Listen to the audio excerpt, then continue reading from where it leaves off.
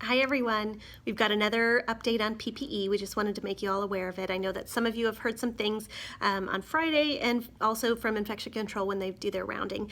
But what we wanted to let you know is that going forward, the cloth masks are only to be worn on your way into the hospital and on the way out of the hospital, or when you're on a break. But when you're in any patient care area, you should really be wearing the the masks that are provided by the hospital. So either ear loop or tie back masks that we provide you when you're in a patient care area.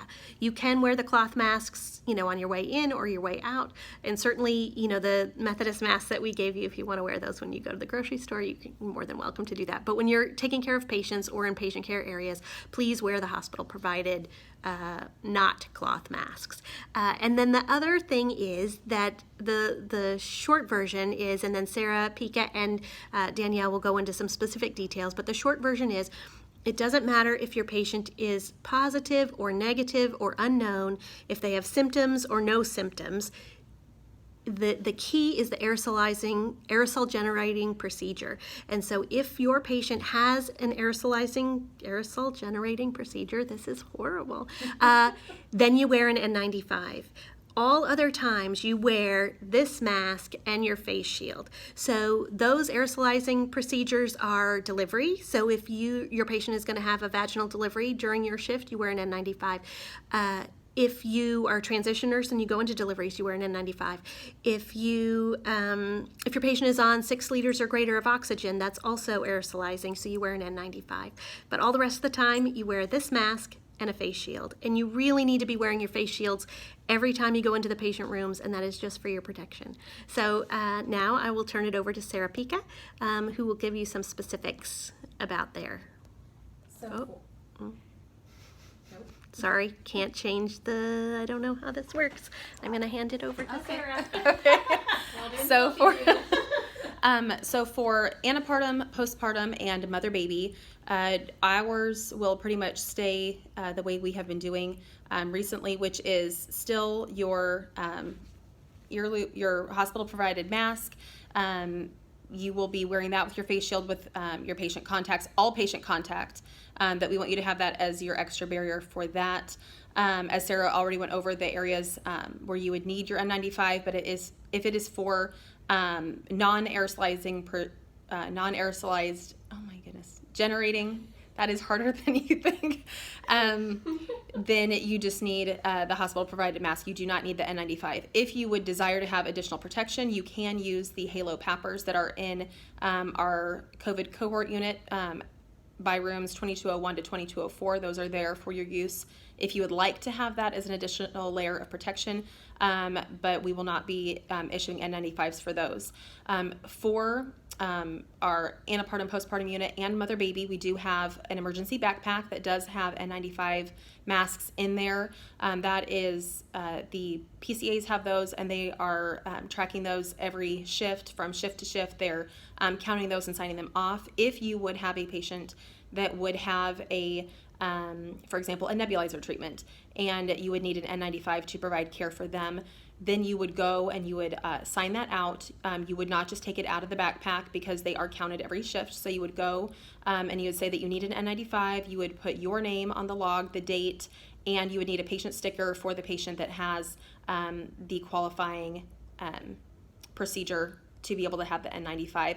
And that is just for our records to make sure that we are using those appropriately. If we do need to restock the backpack, we are calling down for those, but we do not want people just calling down to Central Supply to get N95s. They will, if you do call down, they will ask you for, they have lots of questions just to make sure that they're giving the masks to the people that need those. So just please go to your charge nurse on your unit to get an N95 from your backpack to log them appropriately. And do you want to say something about the consents? Because it applies to both. Oh, yes. Also for consents, we have our paper consents that we're using right now. And so for those, we did verify with infection control, and to see the best way to do those, we are going to be working towards an electronic version so that we don't have to be taking paper in and out of the rooms. That is not in effect yet. So for the time being, we will have you just take the consents into the room, have the patient, the nurse will obviously sanitize your hands on the way in, ask the patient to have their mask on and sanitize their hands before they do any consents. They can sign the consents. When you come out of the room, you'll sanitize your hands once more, and those papers will go directly into the patient chart. But with doing our hand hygiene frequently, before and after signing, that's decreasing the amount of potential exposure there. So I think that's all I've got. I'm going to pass it off to Danielle. Hello. Okay, so we have a little bit more changes than everyone else. So our 2 OB/ED nurses will be wearing N95s the entire shift because this is the highest unknown hot mess coming in exposure that we would encounter. And so those nurses will be wearing N95s their entire shift. Also, during second stage of labor, all deliveries, COVID positive, unknown, negative, the staff will be wearing N95s because it's aerosolizing, and then also the risk of resuscitating the baby is potentially aerosolizing. So now all staff in the delivery will be wearing an N95 mask, okay? So just be mindful of your reprocessing and makeup and all those things so we can keep with the N95s. I think that is our main thing. Also, just very quickly, limit the supplies in the room. You really shouldn't have anything in the rooms at all that is excess of what you need for your patient. The rationale to that is when you're not in the room, the patient could go in the drawers, touch all the things, and potentially be contaminating them.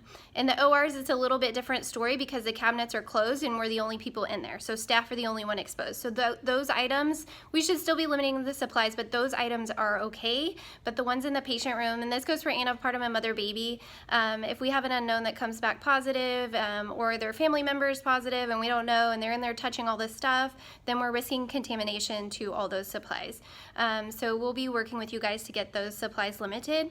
Also, one last thing in the OR, based on our census, if you don't have the time to do the True D in the OR, that's okay. The CDC is only stating it's required for the terminal clean. So that's okay if there's not time for True D. If we can do it, great. If we don't have time, it's okay. Just make sure it's terminally cleaned.